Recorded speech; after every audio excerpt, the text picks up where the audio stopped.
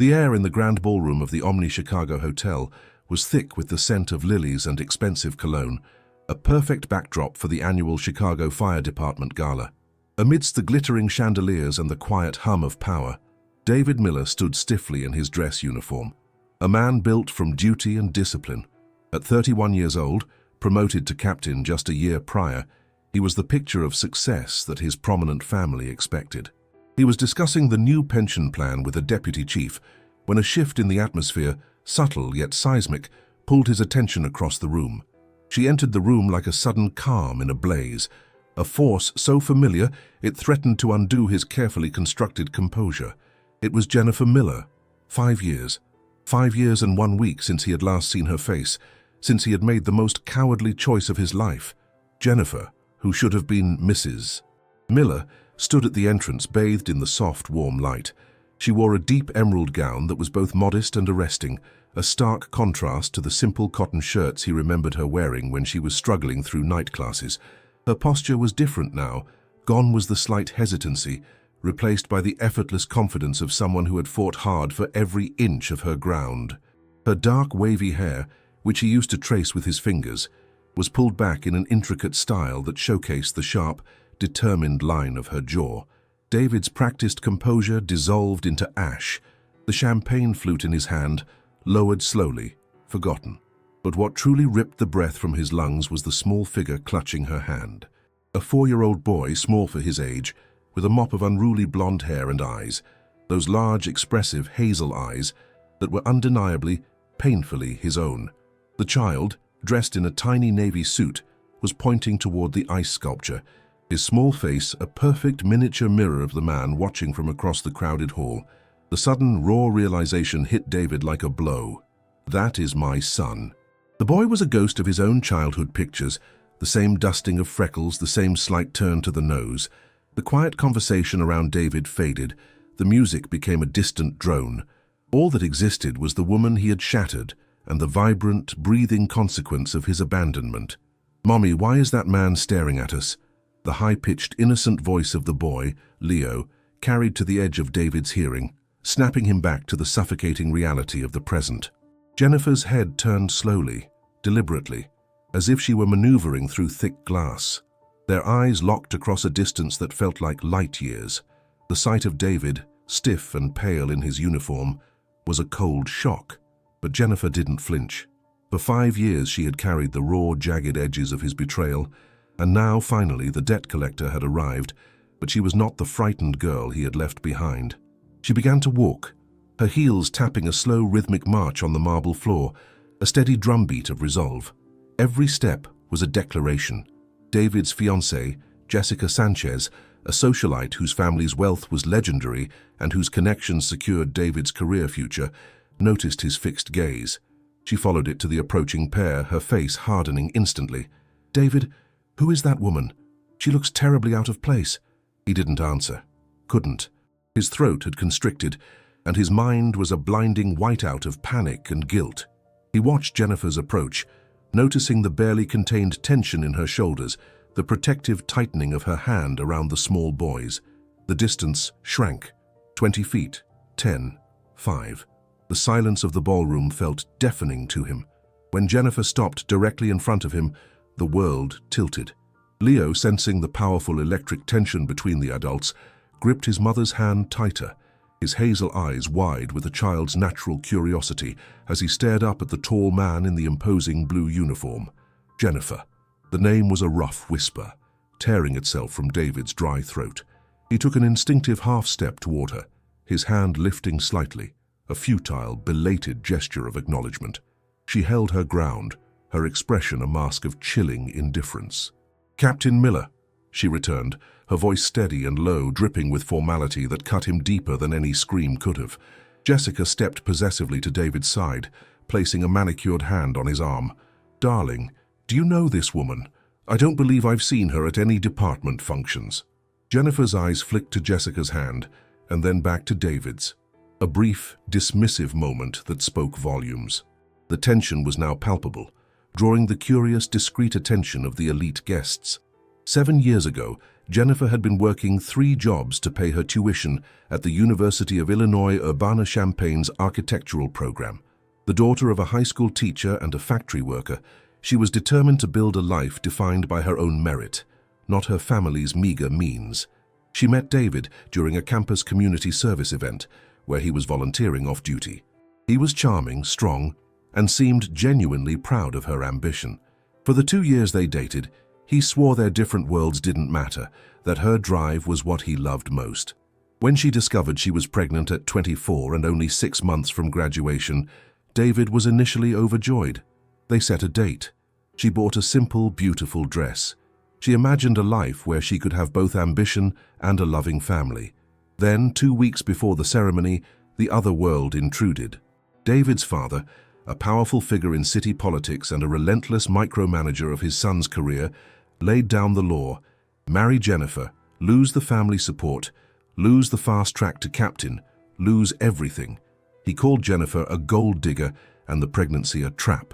David, facing the loss of his identity and his future, the future his parents had meticulously planned, made his decision in a haze of fear and selfishness. He showed up at Jennifer's tiny apartment, face pale, uniform buttoned tight.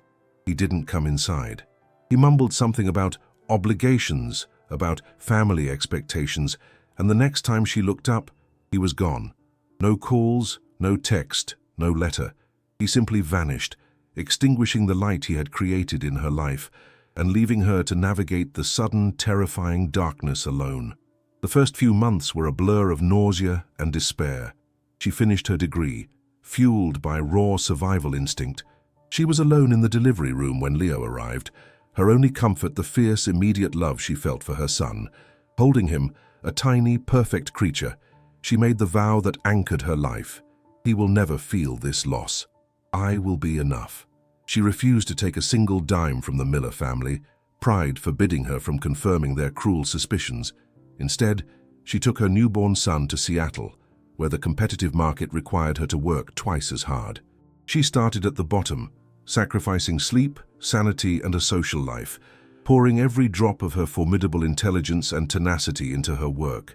By the time Leo turned 4, Jennifer was a partner at one of the West Coast's most innovative architectural firms. She had returned to Chicago recently, not out of longing or vengeance, but because her firm had won the contract for a massive, city-defining revitalization project, a project that had brought her, unexpectedly, face to face with the man who was once her entire future and who was now merely an obstacle in her past. The silence stretched, suffocating. Leo, feeling the increasing tension, spoke again, his voice echoing in the sudden gap in the crowd's chatter. "Mommy, I'm thirsty. Can we get some of that blue juice?" Jennifer immediately knelt, her focus instantly shifting to her son, shielding him from David's panicked gaze and the cold scrutiny of Jessica and the assembled elite. "Of course, sweetie. I see a lovely waiter right over there." She stood, offering David a final look of utter, dismissive finality. "As the captain has clearly demonstrated, we have nothing to discuss," she said, her voice now dangerously low. "Enjoy your evening, Captain Miller. And please do not mistake me for a familiar face. I am not." She took Leo's hand and walked past him without a backward glance, disappearing into the crowd toward the bar, leaving a shell-shocked David and a furious Jessica in her wake. The moment she was gone, David finally moved, reaching out for the son he didn't know he had, only to grasp at the empty, chill air. The opulent ballroom, once a symbol of David's hard-won respectability, transformed into a theater of private agony. The sight of Leo's face, a perfect blend of his own youthful features and Jennifer's determined spirit, had not just shocked him, it had detonated the buried guilt he'd spent 5 years smothering with long hours and duty. He felt a desperate urge to follow her, to explain, to touch the son he'd never known, but Jessica's furious grip on his arm rooted him to the spot. "David, who in God's name was that? And that child, did you notice how she looked at you? It was aggressive. We need to report her to security." Jessica's voice was a low, venomous hiss, utterly unaware of the chasm she was standing at the edge of. David pulled his arm away, the movement abrupt.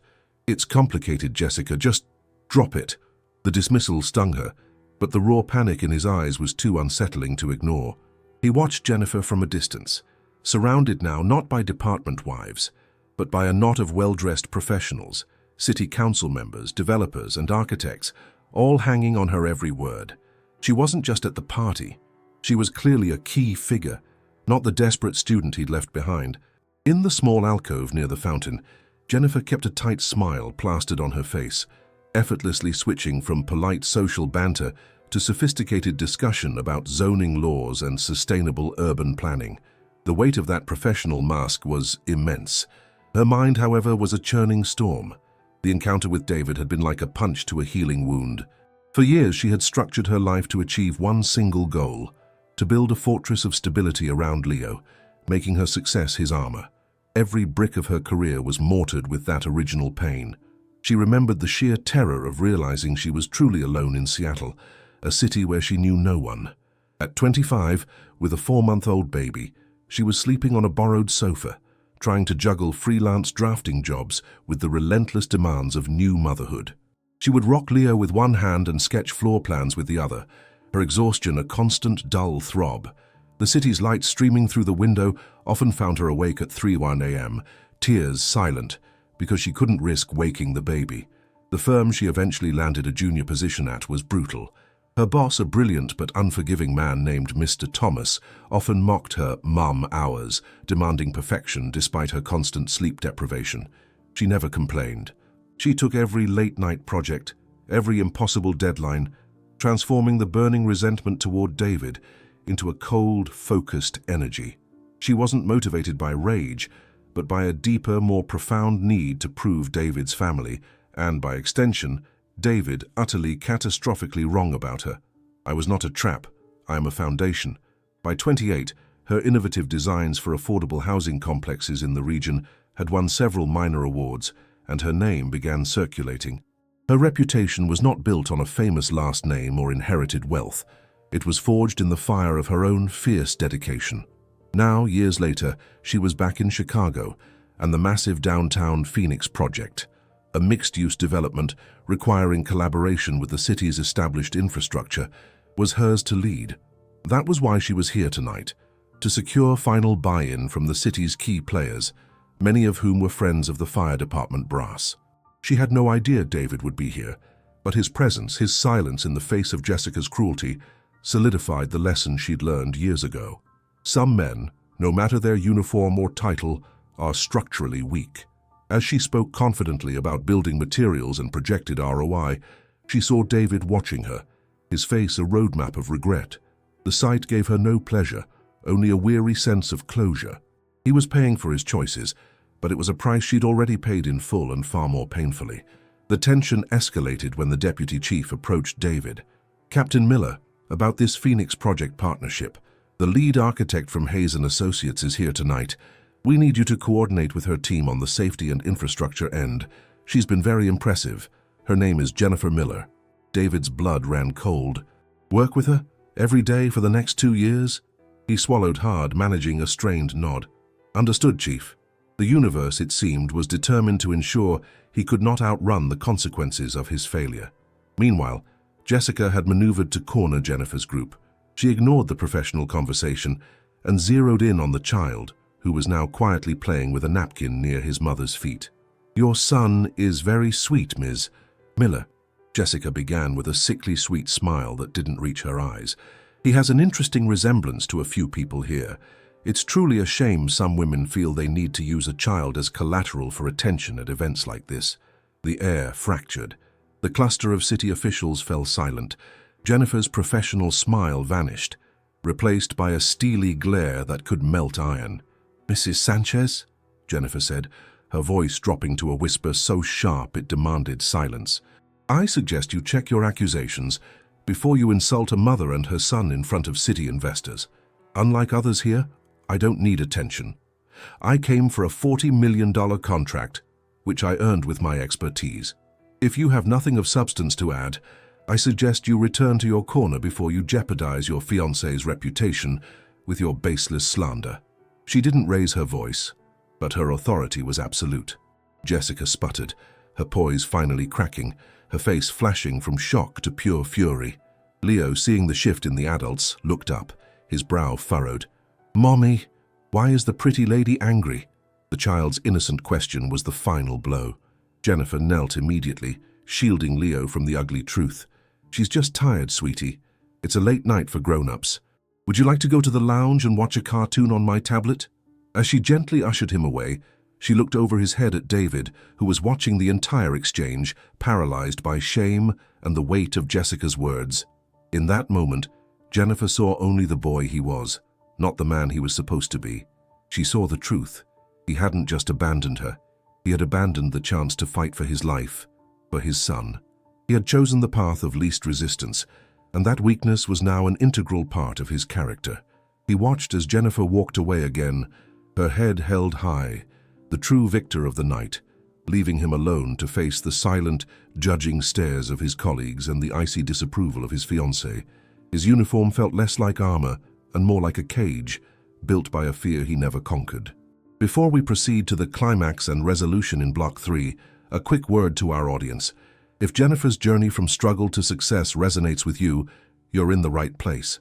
We share powerful, emotionally driven stories every week. Don't miss out on what happens next. Make sure you subscribe to the channel right now and turn on those notifications. Now, for a bit of interaction, imagine you are one of the city officials witnessing this scene. What is your honest, immediate reflection on David and Jennifer's true character, and who would you rather partner with on a high-stakes project? Share your honest opinion in the comments below. The next hour was a blur of calculated composure for Jennifer. She handled the continuous stream of well-wishers and interested parties, speaking with the clear-eyed authority of someone who knew her worth. She was the architect who had built her life from the ruins of abandonment, and the collective admiration was a balm against the raw wound David had reopened. David, meanwhile, was reeling. He cornered his deputy chief by the bar, desperately trying to understand the full scope of his new reality. So this project, the Phoenix Project, Jennifer is the lead partner, and I am the departmental liaison? The chief, oblivious to the personal drama, simply nodded. "That's right, Captain. You'll be working directly with Ms. Miller for the foreseeable future. She has full creative control. Your job is to ensure our logistical needs are met. She's the boss on this one, son." The word boss hammered David. He hadn't just lost a woman and a son. He was now professionally subservient to the woman he had crushed, forced to witness her magnificent competence every day for the next 28 months. The party began to thin out around 11:30 p.m. Jennifer had moved to a quiet sofa where Leo, exhausted by the late hour and the sensory overload, was curled up asleep, his tiny head resting on a velvet cushion. She watched him, the softness of her expression utterly unguarded. That vulnerability, that fierce, unconditional maternal love, hit David harder than any accusation could have. He walked over, his approach slow, tentative, devoid of the practiced confidence he wore at the firehouse. Jessica had left earlier, muttering about a headache and a need to sort this mess out. David stood over Jennifer and the sleeping child, his shadow falling over them. "Jennifer," he started, his voice thick with a genuine remorse that surprised even himself. "I know nothing I say matters, and I'm not asking for forgiveness, but I need you to know I am sorry, truly sorry, not just for leaving you, but for what I saw tonight, for not shutting Jessica down immediately, for being the man I let my father turn me into." He ran a tired hand over his freshly shaved jaw. "I have lived a safe, predictable, miserable life for 5 years. I chose money and status over courage, and that choice has haunted me." Jennifer slowly lifted her gaze from Leo's face to David's. There were no tears, no dramatic flare of anger, just a vast, weary emptiness. "Your apology is 5 years too late, David. 5 years of waking up terrified. 5 years of fighting for every single dollar, every single hour of sleep, every inch of ground. Do you know what it's like to sit in a delivery room, alone, holding a child that has your eyes, and realizing the father is a man so weak he would choose his pension over his child?" Her voice was low but carried the weight of 1,000 sleepless nights. "You didn't just hurt me, Captain. You stole his first 5 years. You don't know his favorite color is blue. You don't know he wants to be a paleontologist. And you don't know that every night I have to lie and tell him his father is a hero who works too far away." The tears finally came. Not from Jennifer, but from David. He looked at the sleeping boy, then back at Jennifer's unyielding face. I am the hero who was too much of a coward to fight for the only real thing in my life, he whispered, wiping a frustrated tear with the back of his hand. He is my son, I know it. I see myself in him. He is beautiful, Jennifer. You did an incredible job. It wasn't a job, David, she corrected, her eyes blazing with momentary, pure emotion. It was love, something you clearly prioritized out of existence. She took a deep, steadying breath, gathering the remnants of her strength. But I cannot change the past, and I will not let your regrets define our future. I will not have my son grow up wondering why his father is a ghost. He deserves the choice to know the full truth when he is old enough. David's head shot up. Are you saying? I am saying, Jennifer interrupted, already placing conditions with professional clarity, that I will allow you the opportunity to earn the right to be a presence in his life. Not as a father, you forfeited that title, but as a respectful, consistent adult. This is not about us. This is solely for Leo. You will not disrupt his life. You will not show up with grand gestures or empty promises. You will prove your consistency for as long as I deem necessary. And here is my final non-negotiable term, Captain Miller. If you hurt him, if you disappoint him, even once, by disappearing or failing to show up when you say you will, I will ensure you never see him again. You will not be the source of my son's pain. Do we understand each other? David nodded immediately, his eyes brimming with a fragile hope mixed with profound gratitude. Understood. I will do whatever you ask. Thank you, Jennifer, for the chance, for not being so bitter that you wouldn't let him have the choice. He knew she was right. She wasn't giving him a second chance. She was offering Leo a choice, and her decision was the ultimate act of selflessness and grace. The weeks that followed were a fragile new beginning. The collaboration on the Phoenix project was intensely professional, marked by long meetings and mutual respect for their expertise. Their architectural designs and his logistical plans were flawless, a cruel testament to the powerful, effective team they could have been. In their personal lives, the approach was agonizingly slow. David started by visiting the park where Jennifer often took Leo, remaining at a respectful distance. Then, after 6 weeks, Jennifer allowed him to sit nearby, initially speaking only to her, before tentatively engaging with Leo. The first time Leo reached out to him, not with a request for a toy, but to show him a drawing of a super cool fire truck, David broke. He knelt and genuinely engaged with the child, seeing a future he had so narrowly avoided losing forever. After 4 months of unwavering consistency, David found the courage to file for divorce from Jessica, confronting his parents' predictable fury with a calm resolve he'd finally found. He confessed his past, admitted to his deep regrets, and explained he was choosing honesty over convenience. He also started therapy, realizing his initial cowardice was rooted in a lifelong fear of disappointing his powerful father. Jessica fought the divorce but eventually settled, leaving him with his career but demanding a significant financial chunk, a consequence he accepted as fitting punishment. Jennifer watched all of this from a respectful distance. She never gloated. She never offered him comfort. She was the gatekeeper, the silent judge. After 6 months, she finally sat Leo down and told him the truth in age-appropriate terms. Remember the hero firefighter who lives far away? He's not far anymore. He's the man at the park, and he is your biological father. He wants to be a part of your life now, and I want you to have the choice to know him. Leo, with the simple, heartbreaking wisdom of a child, looked at her and asked the only question that mattered. Will you stay, Mommy? Always, my love, she promised. When Leo next saw David at the park, he ran right up to him. Hi, Dad. David knelt, tears streaming down his face as he finally hugged his son, the heavy, dark weight of the last 5 years lifting, replaced by the responsibility and joy of the future. Jennifer observed from a distance, recognizing that she had won the only battle that mattered, her son's happiness and her own enduring self-respect. She was not bitter, she was free. She had proven that true strength is found not in revenge, but in the dignity of a new beginning.